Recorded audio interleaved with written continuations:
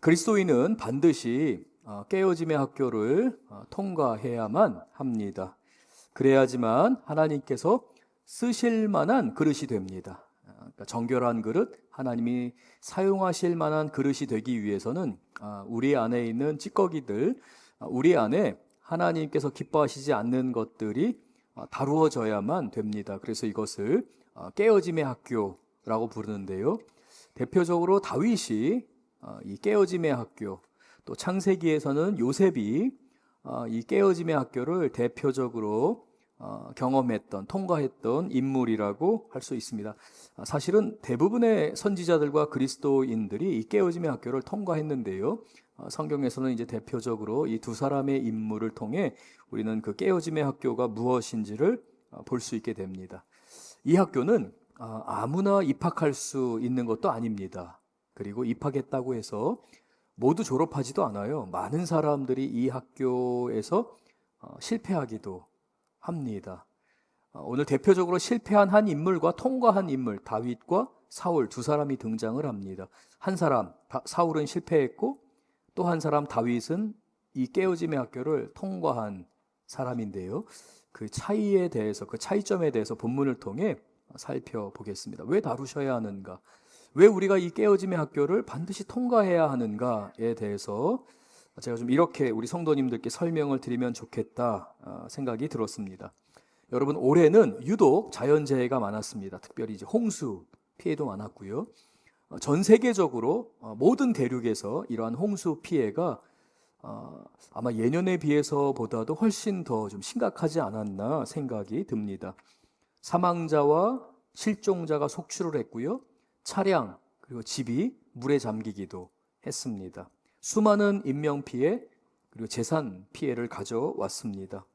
공공시설들이 물에 잠기게 됐고요. 이러한 침수 피해로 지금까지도 많은 사람들이 고통을 겪고 있습니다.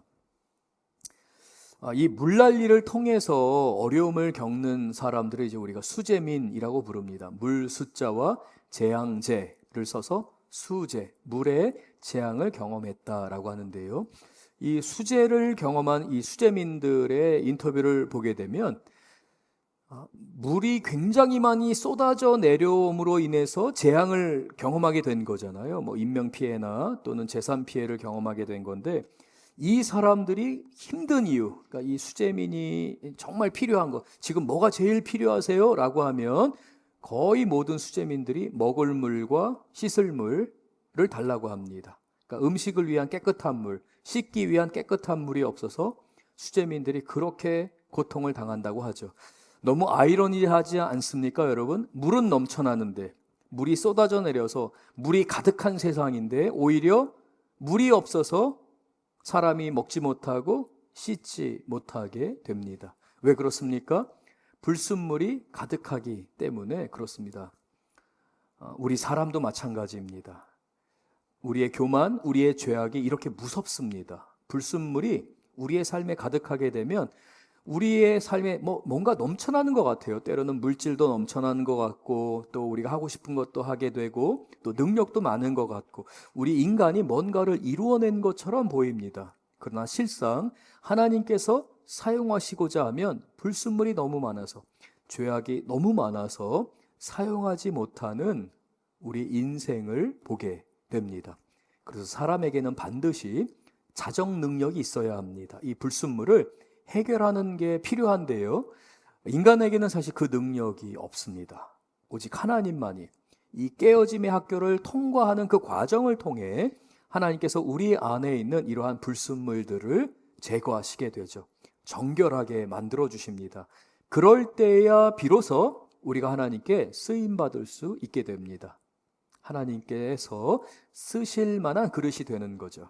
우리는 그리스도인으로서 절대 오해하지 말아야 합니다. 내 힘으로 아무리 많은 것을 준비하고 하나님께 영광을 올려드린다고 하지만 사실은 넘쳐나는 물이지만 불순물이 가득해서 오히려 물이 없어서 고생하는 것처럼 나는 열심히 뭔가 준비하고 열심히 섬겼다고 자랑하거나 이야기할 수 있지만 실상은 하나님이 쓰실 만한 것, 건져낼 만한 것, 하나님 품 안에 드릴 만한 것이 하나도 없을 수가 있습니다.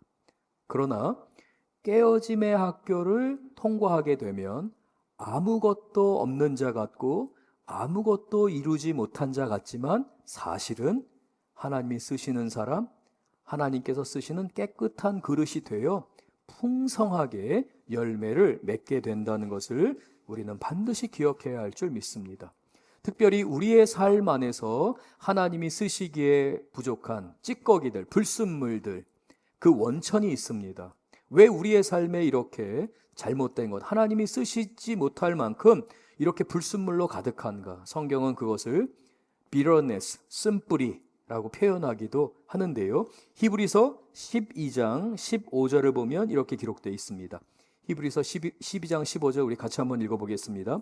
너희는 하나님의 은혜에 이르지 못하는 자가 없도록 하고 또 쓴뿌리가 나서 괴롭게 하여 많은 사람이 이로 말미암아 더럽게 되지 않게 하라. 첫 번째, 은혜에 이르렀음에도 불구하고 그 은혜를 누리지 못하고 그 은혜의 자리에 머물지 못하는 자가 되지 않도록 주의하라.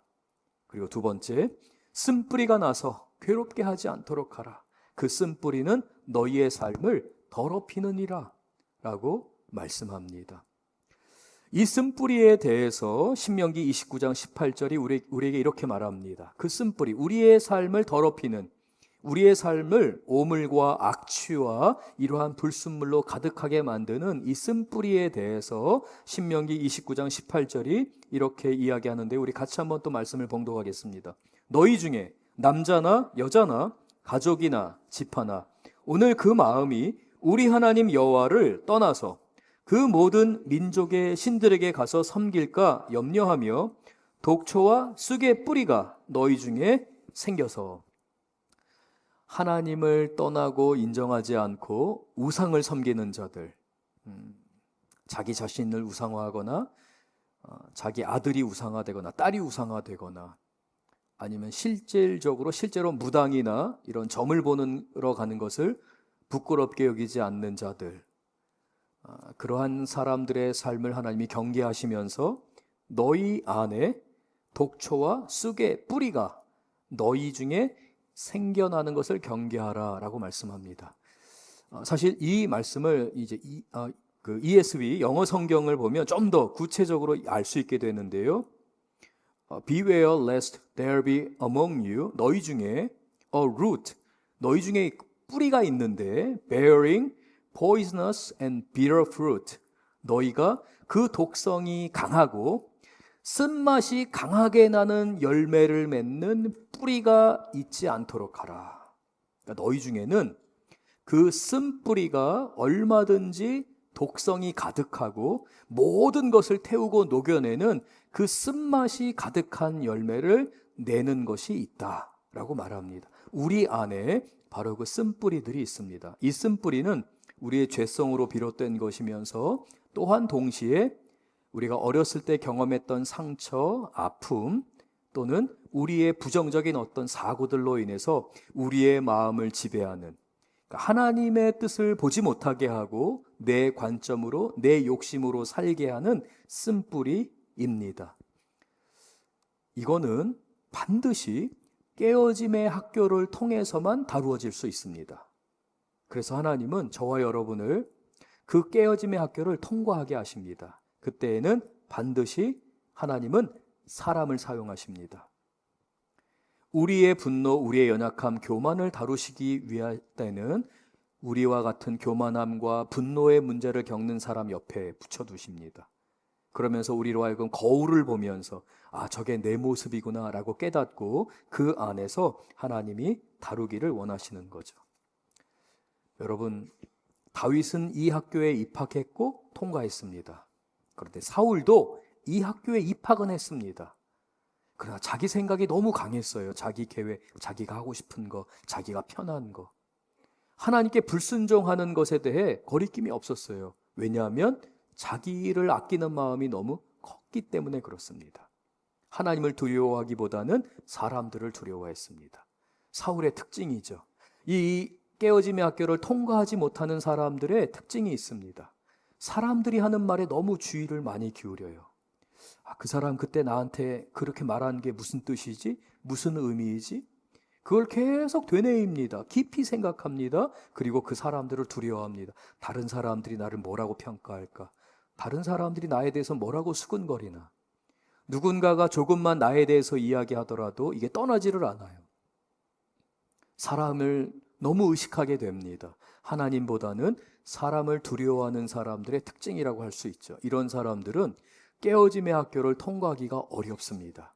그러나 주님은 우리를 포기하지 아니하십니다. 사랑하는 성도 여러분, 우리가 오늘 본문 말씀을 통해 특별히 이 다윗의 삶을 바라보면서 우리가 한편으로는 반면교사를 삼고 타산지석으로 삼으면서 사울을 통해서는 우리가 하지 말아야 할 것들을 발견하고 다윗을 통해서는 우리가 어떻게 이 깨어짐의 학교에서 배워야 되는지에 대해서 우리가 깨닫게 되기를 바랍니다. 먼저 우리는 오늘 본문 말씀 사무엘상 16장 17절을 먼저 한번 보면서 사울에게 한 사람이 필요하게 됐습니다. 어떤 종류의 사람이 필요하게 된 상황인데요. 먼저 17절을 보겠습니다. 사울이 신하에게 이르되 나를 위하여 잘 타는 사람, 그러니까 악기를 잘 연주하는 사람을 내게로 데려오라 라고 갑자기 그렇게 말합니다. 그러면서 이제 다윗이 등장하게 되는 건데요. 이 백그라운드가 있습니다. 이 뒤 배경이 있는데 그것은 바로 사울이 사람을 너무 두려워하게 되고 하나님보다는 사람의 평가를 너무나 중요하게 여기면서 사울이 세상의 방식대로 살아가게 됩니다.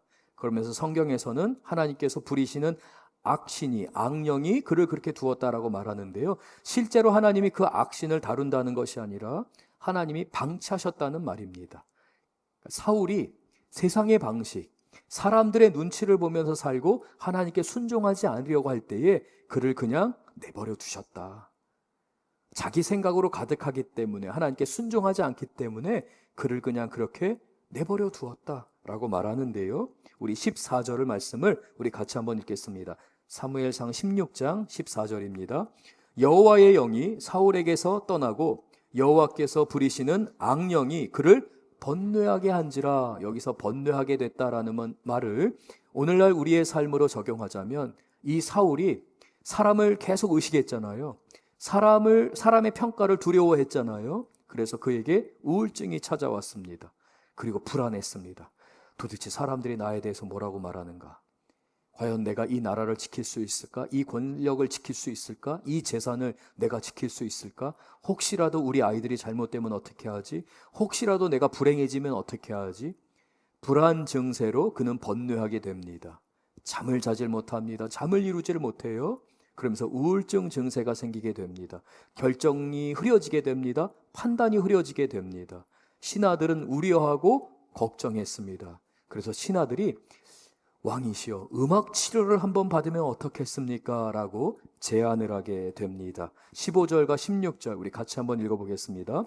사울의 신하들이 그에게 이르되 보소서 하나님께서 부르시는 악령이 왕을 번뇌하게 하온즉 원하건대 우리 주께서는 당신 앞에서 모시는 신하들에게 명령하여 수금을 잘 타는 사람을 구하게 하소서. 하나님께서 부리시는 악령이 왕에게 이를 때에 그가 손으로 타면 왕이 나으시리라 하는지라. 근본적인 사울의 이 질병, 이 삶의 문제는 하나님께 불순종하고 사람을 두려워하지 않고 이 깨어짐의 학교에서 실패했기 때문에 찾아온 문제였습니다. 그런데 신하들은 고작 이 왕을 위해서 그 치료법을 제시하는데 정신과 의사를 한번 만나보시죠.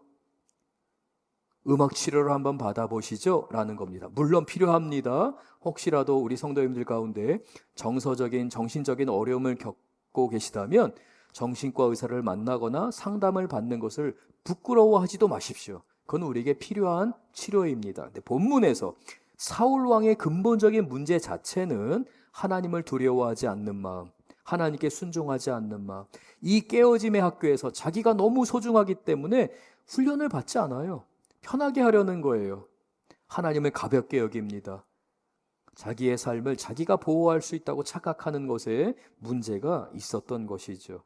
이 음악 치료를 제안하게 되고 사울은 이 말을 좋게 여깁니다. 그래서 사울이 말합니다. 18절 말씀입니다. 17절에 구해오라고 하게 됐고요. 이때 한 사람이 다윗을 소개하게 됩니다. 18절 소년 중 한 사람이 대답하여 이르되 내가 베들레헴 사람 이새의 아들을 본즉 수금을 탈 줄 알고 용기와 무용과 구변이 있는 준수한 자라 여호와께서 그와 함께 계시더이다 하더라.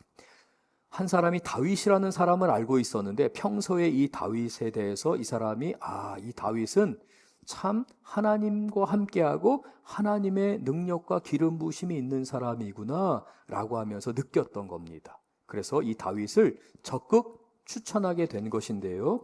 여기서 우리는 말씀을 계속해서 살펴보기 전에 먼저 이 다윗이라는 인물을 우리가 한번 6가지 분야에서 살펴보고 다윗의 능력이 다윗을 다윗되게 만든 것이 아니라 깨어짐의 학교를 통과했기 때문에 다윗은 하나님께 쓰임받았다는 것을 우리가 살펴보겠습니다. 인간적인 관점에서는 다윗이 갖고 있는 재능과 타고난 능력이 있습니다. 먼저 18절에서 다윗은 수금을 탈 줄 아는 사람이다 라고 말하는 걸 우리가 보게 됩니다. 다윗은 음악적인 역량과 재량이 뛰어난 사람이었습니다. 타고난 음악적인 재능이 있었습니다. 그리고 그는 사실 아버지 집에서 대우를 잘 못 받았잖아요. 무시를 많이 당했습니다. 그럼에도 불구하고 다윗은 악하게 반응하지 않았어요.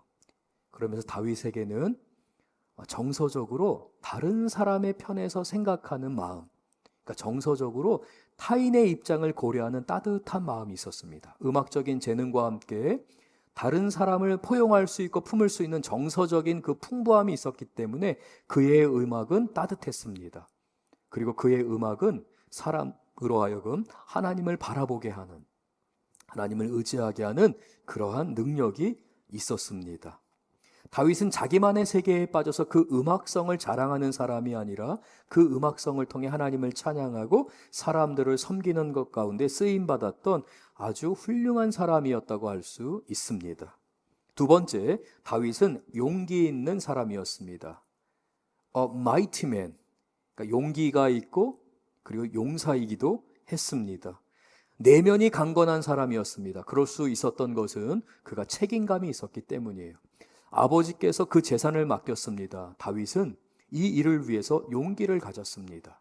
그리고 세 번째로 그는 이러한 강건함과 용기가 있었을 뿐만 아니라 무용이 있는 사람이었습니다. 즉 워리어, 용사였다는 것이죠. 전쟁에 참여한 사람이었고 말로 생각으로만 용기 있는 자가 아니라 실천하는 사람이었고 그리고 작은 승리들, 아버지의 양들을 지키기 위해서 맹수를 물리치고 그 맹수와 싸우는 훈련을 하루하루 하면서 성실하게 용사가 되었던 사람입니다. 실천 경험이 풍부한 사람이라고 할 수 있죠.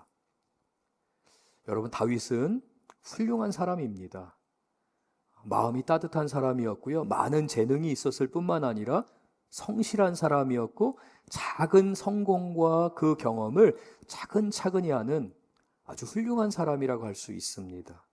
그러나 하나님의 나라에서는 훌륭한 사람이 필요한 게 아니라 하나님께 다룬받는 사람이 필요하다는 것을 우리는 기억해야 합니다. 네 번째, 다윗은 구변을 갖추고 있었습니다. 이 구변을 갖추다라는 말은 자기가 생각하고 있는 것, 자기가 알고 있는 것을 잘 설명할 수 있었다는 것을 말하죠. 두 가지 조건이 필요합니다. 첫 번째, 지식과 지혜를 쌓는 훈련이 필요한데요. 지식과 지혜가 있었던 사람이라는 겁니다. 그리고 두 번째, 그것을 가지고 있었을 뿐만 아니라 그걸 설명해내는 훈련이 된 것이죠. 그래서 선생님들이나 교육학을 공부한 교수들은 하나같이 이구동성으로 우리 아이들 어렸을 때 제일 필요한 것 중에 하나가 일기를 쓰는 거라고 말합니다. 일기를 써야지만 하루를 되돌아볼 수 있고 자기 머리에 있는 생각을 글로 표현할 수 있기 때문에 그래요. 제가 공부를 하면서 특히 이제 박사 과정을 하면서 이게 얼마나 중요한 건가라고 깨닫게 된 게, 이 일기를 쓰는 게요. 깨닫게 된 게 굉장히 많은 정보를 갖잖아요. 그러면서 이제 이걸 잘 풀어내야 되는데 이걸 한 문장으로 만드는 게 이게 기술이 필요합니다. 능력이 필요한 거거든요. 이건 일기를 써본 사람, 평소에 글을 많이 써본 사람만이 할 수 있는 건데요. 바로 다윗이 이렇게 구변이 뛰어난 사람이었습니다. 그래서 시편의 말씀들을 보면 성령의 감동으로 이 다윗이 얼마나 훌륭한 하나님 나라의 진리를 시로 작성했는지를 우리는 발견하게 되는 겁니다. 다섯 번째, 다윗은 준수한 사람이었습니다. handsome guy. 그러니까 외적으로 멋있는 사람이라는 의미가 아니라 하나님 보시기에 아름다운 사람이었다는 거죠. 그러니까 우리의 그 생김새 있잖아요, 여러분. 이건 유전입니다. 그러니까 부모님을 닮게 돼 있어요. 부모님이 그렇게 생기셨기 때문에 우리가 이렇게 생긴 겁니다. 그런데 오늘 본문에서 말하는 이 준수함이라고 사용된 토아르라고 하는 이 히브리어는 부모님 때문에 우리가 물려받은 그 멋있는 또는 잘생긴 그런 모습이 아니라 그 마음 안에 하나님께 다룬받고 따뜻한 마음을 갖고 있기 때문에 품격이 풍겨 나오는, 그의 삶 안에서 뿜어져 나오는 그러한 성품이나 품격이나 품위를 나타내는 겁니다. 그래서 이러한 사람들은 우리가 대부분 이제 그 공격을 받거나 어려움을 이렇게 받게 되면 여러분 얼굴빛이 어두워집니다. 그렇죠? 그런데 이러한 사람들은, 마음이 따뜻하고 품격과 품위가 있는 사람들은 그러한 어려움이 있을 때에 순간적으로 어두워질 수는 있지만 금방 회복하게 됩니다. 왜냐하면 그 내면이 따뜻하고 그 내면이 아름답기 때문에 그래요. 그래서 우리 그리스도인들은 부모님이 물려주신 나의 얼굴이나 나의 형태로서 우리가 나를 평가하는 것이 아니라 나에게서 하나님의 모습, 예수님의 얼굴빛이 나타나고 있는가를 항상 주목해 봐야 하는데요. 이 다윗은 하나님이 보시기에 아름다운 사람이었더라라고 말합니다. 말씀드린 것처럼 훌륭한 사람이었습니다. 그러나 거기에 더해서 그는 구변이 뛰어났고 그리고 하나님 앞에 평소에 다룸을 받았던 품격이 있는 사람이었습니다. 어린 나이였지만 그에게는 품격이 있었습니다. 마지막 여섯 번째로 18절에서 다윗을 소개할 때에 그는 하나님께서 함께 하시는 사람이더라. 하나님과 동행하고 주님께서 형통하게 하시는 사람이었더라 라고 말합니다. 여러분, 이쯤 되면 다윗은 뭘 해도 성공할 것 같잖아요. 하나님이 다윗을 어디에서든지 쓰실 것 같잖아요. 근데 하나님 그렇게 안 하셨어요. 하나님은 이 다윗을 깨어짐의 학교를 통과하게 하셨습니다. 여러분 명심하셔야 됩니다. 하나님의 나라는 능력이 있고 잘생기고 잘 훈련받은 사람이 쓰임받는 것이 아니라 깨어짐의 학교를 반드시 통과해야 합니다. 이 학교에 다윗과 함께, 다윗보다 조금 먼저 입학했던 사람이 있습니다. 사울이라는 사람이에요. 사울왕인데요. 이 사울왕에 대해서 성경이 이렇게 묘사합니다. 사무엘상 9장 1절과 2절 제가 읽겠습니다. 베냐민 지파에 기스라 이름하는 유력한 사람이 있으니, 이 베냐민 지파에 귀족 가문이 있었는데 바로 기스의 집안이었습니다. 아이엘, 스롤, 베고랏, 아비야. 바로 이 귀족 가문의 이 혈통적으로 내려오는 귀족의 가문, 품격과 품위를 갖춘 가문이라고 할 수 있습니다. 이 기스의 아들 중에 2절 말씀을 보면 기스에게 아들이 있으니 그의 이름은 사울이요라고 되어 있습니다. 그러니까 사울은 그 배경 자체가 훌륭한 인품이나 실력을 갖출 만한 그런 배경을 갖고 있었습니다. 거기에다가 처음 사울이 하나님께 발탁될 때에는 굉장히 겸손한 사람이었습니다. 여러분과 저와는 비교할 수 없을 만큼 겸손한 사울이었습니다. 자신을 드러내지 않았어요. 자신의 집안을 자랑하지도 않습니다. 그저 겸손하게 살았던 사람이었을 뿐만 아니라 그를 가리켜서 이렇게 말합니다. 준수한 소년이요. 아름다운 사람이었다는 거예요. 멋있는 사람이었다는 겁니다. 이스라엘 중에 그보다 더 준수한 자가 없고 키는 모든 백성보다 어깨 위만큼 더 컸더라. 제가 2부에서도 얘기했거든요. 성경에 의외로 키 얘기가 많이 나온다고 제가 얘기했거든요. 그러니까 이 사울은 평균보다 어깨가 더 위에 있는 거예요. 얼굴 하나가 더 있는 거예요. 여러분, 제 소원이 평균 키만큼이거든요. 근데 이 사울은 평균보다도 어깨 위에 있어요. 멋있고 준수하고 품격이 있고 그리고 귀족 가문이고 겸손한 사람이었어요. 어디 하나 빼놓을 데가 없는 왕으로서 칭송받을 만한 사람이었어요. 근데 처음 하나님의 은혜로 이 깨어짐의 학교에 들어왔는데 여기에 실패를 했어요. 자기가 너무 중요했어요. 하나님을 경외하기보단 자기 시간, 에너지, 자기가 누리건 자기 생각으로 너무 가득했습니다. 그래서 그는 실패할 수밖에 없었어요. 그러다 보니까 그는 비교의식에 사로잡히게 됩니다. 사랑하는 성도 여러분, 하나님께서는 이 깨어짐의 학교에서 우리를 다루실 때에 반드시 우리와 똑같은 사람을 우리 옆에 두십니다. 나의 분노 또는 나의 연약함, 나의 비교의식을 다룰 때에는, 나의 교만을 다루실 때에는 비슷한 사람, 그 사람을 통해 마치 내가 거울을 보듯이 난 저 사람이 싫어, 저 사람 너무 교만해. 그 이유는 대부분 그 사람이 내 안에 있는 교만을 그 거울로 비추기 때문에 그렇습니다. 나의 교만과 그의 교만이 부딪히면서 미워지는 거예요. 싫어지는 겁니다.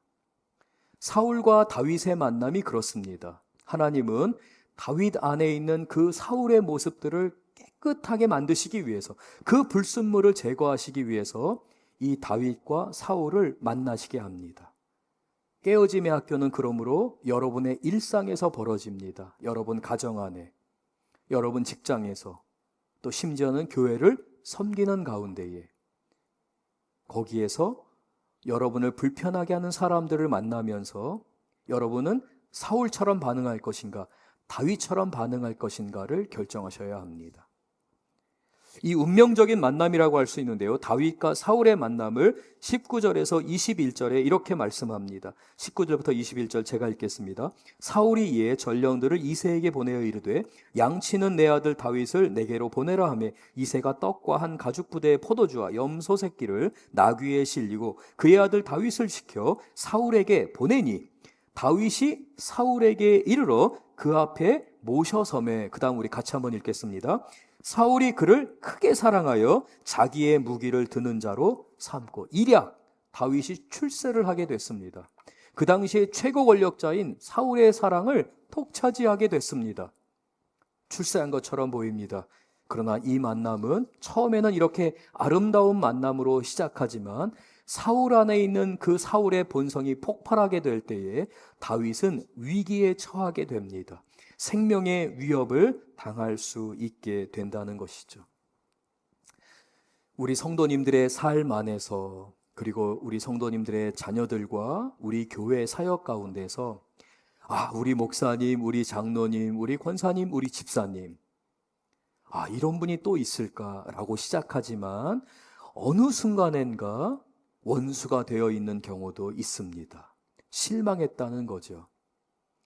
저분에게 저런 모습이 있는 줄 몰랐다라고 여길 만한 상황을 맞이할 수가 있습니다. 근데 사랑하는 성도 여러분, 그 만남을, 그 운명적인 만남을 하나님이 이끄시는 것이 대부분입니다. 우리를 다루시기 위해서. 여러분의 직장에서 지금 고통 가운데 있는 우리 성도님들이 계시리라 봅니다. 흔히들 얘기하는 그 갑질을 당한다고 하잖아요. 그러한 상황에서 하루하루를 버티는 우리 성도님들도 있을 겁니다. 정말 견디기 힘들죠.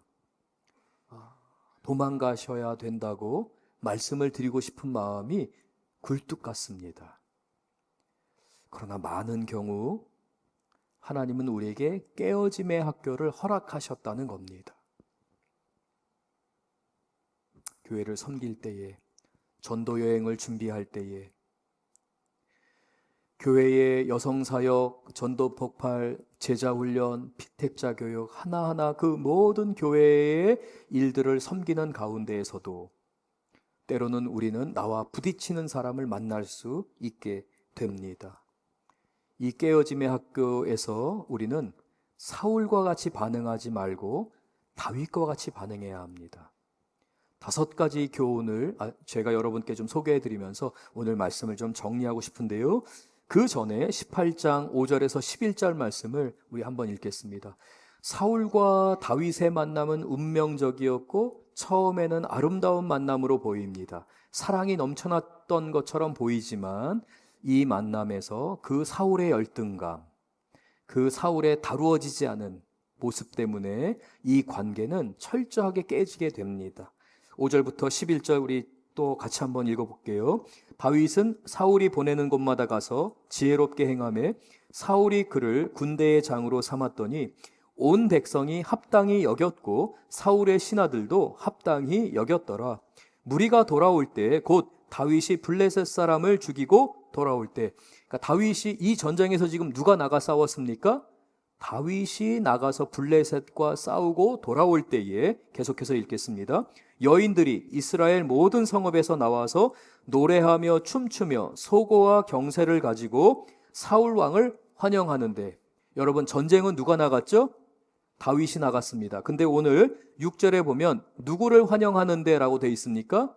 사울 왕을 환영하는데, 사울 왕은 왕입니다. 그 전쟁을 지휘합니다. 실제적인 전쟁은 다윗이 하지만 승전가를 갖고, 그 승전의 소식을 갖고 들어올 때는 사울 왕을 향하여 나오게 됩니다. 그래서 그 모든 영광, 군인이, 장군이 승리했지만 영광은 누가 받습니까?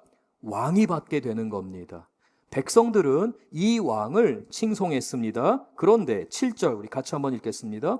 여인들이 뛰놀며 노래하여 이르되 사울이 죽인 자는 천천히요 다윗은 만만이로다 한지라. 사울이 이 말에 불쾌하여 심히 노하여 이르되 다윗에게는 만만을 돌리고 내게는 천천만 돌리니 그가 더 얻을 것이 나라 말고 무엇이냐 하고 위기의식을 느낀 거예요. 나라를 빼앗기겠다라는 위기의식을 느낀 거예요. 다윗이 사울왕 때보다 더 큰 승자를 올렸다, 우리나라가 더 부강해졌다라고 사람들이 자연스럽게 노래를 합니다. 근데 사울왕은 그 노래를 통해 열등감에 사로잡기 시작하는 거예요. 아니, 다윗에게는 만만을 돌리고 나에게는 천천을 돌려? 백성들이 왕을 칭송하고 우리 왕이 다스리기 때문에 이러한 영광이 있습니다. 우리나라가 부강해졌습니다. 지금 더 잘 살게 됐습니다. 과거보다 오늘의 영광이 더 큽니다. 라고 하는 소식은 듣지 못하고 오직 다윗과 자신의 비교에만 귀를 기울이게 됩니다. 불행이 싹트게 되는 거죠. 불쾌하게 됩니다. 미워하기 시작합니다. 9절부터 11절 또 읽겠습니다. 그날 후로 사울이 다윗을 주목하였더라. 그 이튿날 하나님께서 부리시는 악령이 사울에게 힘있게 내림에 그가 집안에서 정신없이 떠들어대므로 다윗이 평일과 같이 손으로 수금을 타는데 그때에 사울의 손에 창이 있는지라. 그가 스스로 이르기를 내가 다윗을 벽에 박으리라 하고 사울이 그 창을 던졌으나 다윗이 그의 앞에서 2번 피하였더라. 2번을 다윗을 죽이려고 했습니다. 그런데 다윗이 피하게 되는데 이제 여기에서 이 깨어짐의 학교에 임하는 두 사람의 철저한 차이를 우리가 5가지로 정리하면서 사랑하는 성도님들과 저는 예수님의 십자가를 바라보면서 다윗과 같이 이 깨어짐의 학교를 통과하는, 졸업하는 우리 성도님들 되기를 바랍니다. 준비한 파워포인트가 있습니다. 좀 보면서 빠르게 한번 살펴보겠습니다. 첫 번째, 하나님은 기꺼이 고통을 겪고자 하는 사람을 찾고 기다리고 계신다는 것을 깨달으셔야 합니다. 그러니까 하나님은 능력 있는 사람, 훌륭한 사람, 똑똑한 사람, 공부 잘하는 사람, 내가 지금 뭔가를 빨리 해야 되는 그 과정, 여기에서 내가 빨리 이루어야지 라는 사람을 찾는 게 아니라 하나님은 기꺼이 고통을 겪고자 하는 사람을 찾고 계시다는 것을 우리는 먼저 알아야 됩니다. 이 고통과 고난을 도망가지 않고 이 고통을 견디고자 하는 사람, 그 사람을 기다리고 계신다, 그 사람을 찾고 계신다는 것을 우리는 기억해야 하고요. 2번째, 하나님은 다윗이 복수의 창을 던지는 것을 원하지 않으셨습니다. 여러분, 우리는 대부분 누군가가 우리에게 창을 던지면 그 창을 뽑아서 던져줍니다. 이걸 안 하면 직성이 풀리지가 않아요. 항상 가슴에 남아있어요. 누군가가 나를 모욕하는 말을 하면요, 내가 즉시로 그 자리에서 받아쳐야 되거든요. 근데 이걸 안 하면 잠이 옵니까 안 옵니까 여러분? 잠이 안 와요. 계속 또 그때 내가 그 말을 했어야 되는데 얼굴만 생각하면 막 분노가 치밀어 오르잖아요. 그러면서 잠을 잘 수가 없어요. 내일 만나면 꼭 해야지. 내일 저 사람을 만나면 내가 이 말을 해야지. 이게 인지상정에 모든 사람이 그 마음이 있습니다. 그러나 하나님은 이러한 복수의 창을 던지는 것을 원하지 않으십니다. 세 번째, 나에게 날아온 창을 멋지게 되돌려 던짐으로써 나 자신을 증명할 수 있다고 생각하지 마셔야 됩니다. 우리가 못할 수 있거든요. 깜빡 놓쳐서 너무 억울해요. 막 쌓여 있어요. 속에서 막 부글부글 거려요. 그래도 나 자신을 증명할 수 있다는 겁니다. 이걸 다 토해내야지만 내가 복수하고 속이 후련한 것이 아니라 오히려 그것이 나를 파괴하게 된다는 것을 말합니다. 날아온 창을 멋지게 되갚지 않아도 됩니다. 에베소서 4장 26절과 27절에 말씀합니다. 분을 내어도 죄를 짓지 말며 해가 지도록 분을 품지 말고 마귀에게 틈을 주지 말라. 내 사랑하는 자녀들아, 분을 내지 말라. 해가 지도록 그 분을 품으면서 잠 못 이루는 밤, 잠을 자지 못하고 그 분노 가운데 씩씩거리면서 그 사람을 생각하고 해야 할 말을 또 생각하고 들었던 말을 곱씹으면서 밤이 새는 줄도 모르고 뒤척이면서 자야 되는데 하면서 그 분노 가운데 있지 말고 마귀에게 틈을 주지 마라. Just let it go. 하나님, 그냥 하나님께 맡겨드리겠습니다. 하나님, 이 생각에 제가 사로잡히지 않겠습니다. 분을 내어도 해가 지도록 분을 품지 말라라고 말씀하십니다. 네 번째, 우리는 반드시 창이 날아올 때 그 창을 피하는 훈련을 하셔야 합니다. 창이 날아옵니다. 여러분을 공격합니다. 여러분을 무시하는 말을 합니다. 창을 던지며 여러분을 죽이려고 합니다. 그러면 그 창을 피하는 훈련을 하셔야 돼요. 그걸 다 가슴으로 받고 이 마음에 새겨두지 마시고 한 귀로 들으면서 그래요? 네, 알겠습니다 라고 하며 흘러가게 해야 합니다. 하나님, 제가 이 말을 들었습니다. 이게 비수와 같이 가슴에 꽂혔습니다. 그러나 내가 이걸 담아두지 않겠습니다. 다 하나님 앞에 드리겠습니다. 그 창을 반드시 피하는 훈련을 우리 성도님들은 하셔야 합니다. 이 훈련은 하루아침에 되지 않습니다. 여러분들이 주님의 십자가를 바라보면서 이 말을 듣지 않기로 결정하는 이 훈련이 하루하루가 쌓이면서 여러분과 저는 이 깨어짐의 학교를 통과하고 졸업장을 받게 될 줄로 믿습니다. 다섯 번째, 창을 맞은 후에는 죽을 힘을 다해서 복수의 창을 던지지 않도록 누구를 바라봐야 합니까? 하나님만 바라보셔야 됩니다. 죽을 힘을 다해서 견디셔야 합니다. 절대로 그 창을 던지거나 여러분 안에서 아무리 부글부글 끓어오르는 것이 있더라도 이것을 다 분출해야지만 속이 시원할 것 같더라도 이걸 하지 마셔야 합니다. 차라리 하나님 앞에서 다 쏟아내고 그리고 사람 앞에서는 죽을 힘을 다해 참으셔야 합니다. 잠언 30장 32절 우리 같이 한번 읽어보겠습니다. 잠언 30장 32절입니다. 같이 읽겠습니다. 만일 내가 미련하여 스스로 높은 채 하였거나 혹 악한 일을 도모하였거든 내 손으로 입을 막으라. 여러분 안에 스스로 교만하게 되거나 자랑하고 싶은 마음이 있거나 아니면 악한 일, 복수하고 싶은 일, 분노하는 일을 도모할 만한 것이 여러분 마음 안에서 꿈틀거리고 있으면 내 손으로 입을 막으라. 죽을 힘을 다해 입을 막으라. 절대로 입 밖으로 내지 말아라 라고 말씀합니다. 왜 그렇습니까? 33절 우리 같이 읽겠습니다. 대저 젖을 저으면 엉킨 젖이 되고 코를 비틀면 피가 나는 것 같이 노를 격동하면 다툼이 남이니라. 우리가 다 쏟아내면 속 시원할 것 같지만 아니다. 내 사랑하는 아들들아, 네 안에 있는 그 쓴뿌리, 그 bitterness, 네 안에서 그 독하고 쓴맛을 내는 그 열매를 맺게 되면 오히려 네가 속 시원한 게 아니라 너의 인생이 다툼과 분쟁과 아픔으로 가득하게 되니까 죽을 힘을 다해 참으라. 그래서 다윗은 이 깨어짐의 학교에서 복수하기로 결정하지 않고 예수님과 같이 십자가를 지는 마음으로 그 자리에서 죽기로 결정합니다. 똑같이 대해주지 않기로 결정합니다. 하나님을 바라봤기 때문에, 하나님을 신뢰했기 때문에 다윗은 이 깨어짐의 학교를 통과할 수 있었습니다. 그러나 사울 왕은 사람을 두려워하고 사람이 중심이 되고 자기가 너무 중심이 되었기 때문에 사울은 그 학교를 통과하지 못했습니다. 사랑하는 성도 여러분, 우리는 영적인 전쟁의 현장에 있다는 것을 기억하셔야 합니다. 세상 모든 사람들은 넓은 길을 향하여서 다 달려갑니다. 아무것도 얻지 못하는 길, 쓴뿌리가 난무하고 마치 모든 것이 넘쳐나는 것 같지만 사실은 거기에 홍수가 가득해서 그 길에서는, 그 넓은 길에서는 아무것도 하나님께 쓰일 만한 것이 없습니다. 저와 여러분은 주님 앞에 쓰임바 되어서 주님 앞에 정결하게 쓰실 만한 그릇 될 줄로 믿습니다. 남을 탓하지 마십시오. 남에게 핑계를 대거나 책임을 돌리지 마십시오.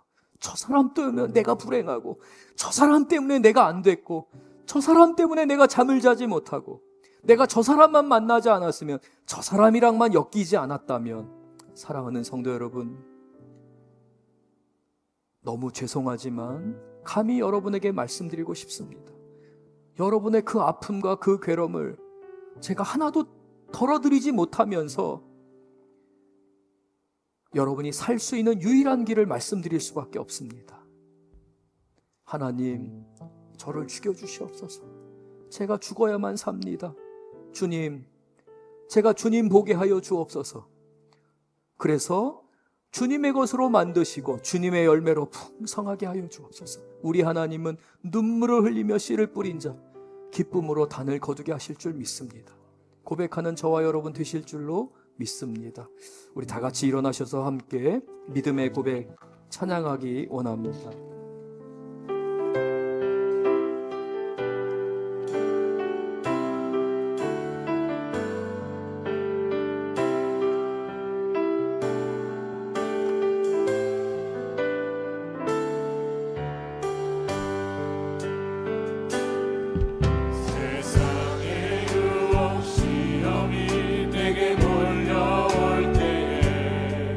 나의 힘으론 그것들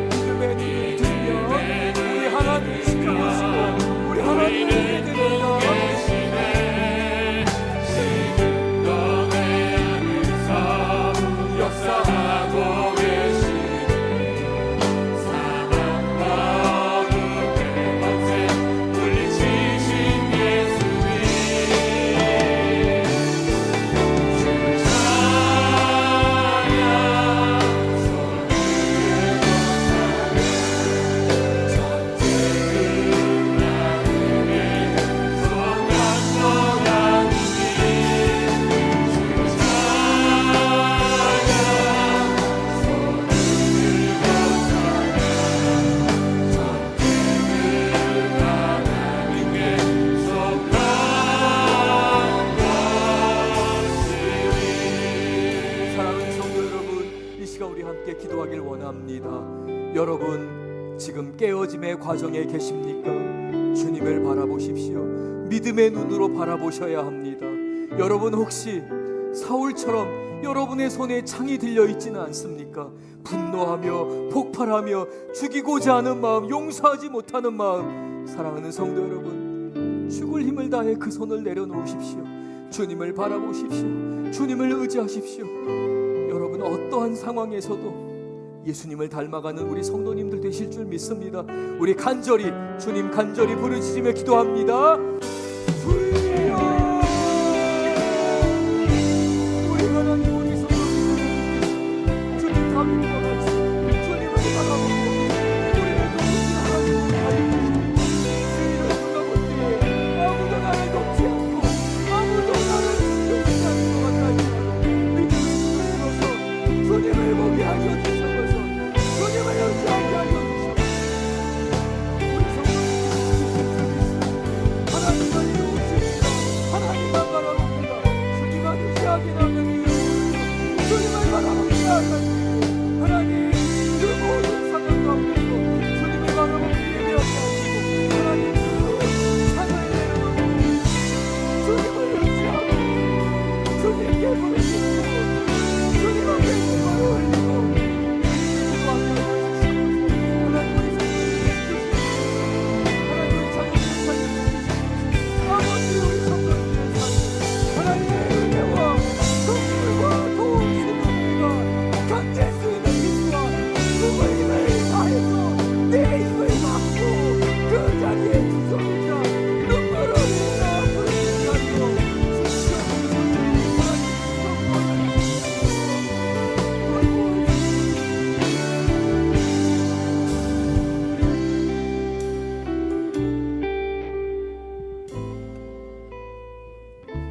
하나님, 우리 모두는 예수 그리스도의 은혜 안에서 이 깨어짐의 학교를 통과해야 합니다.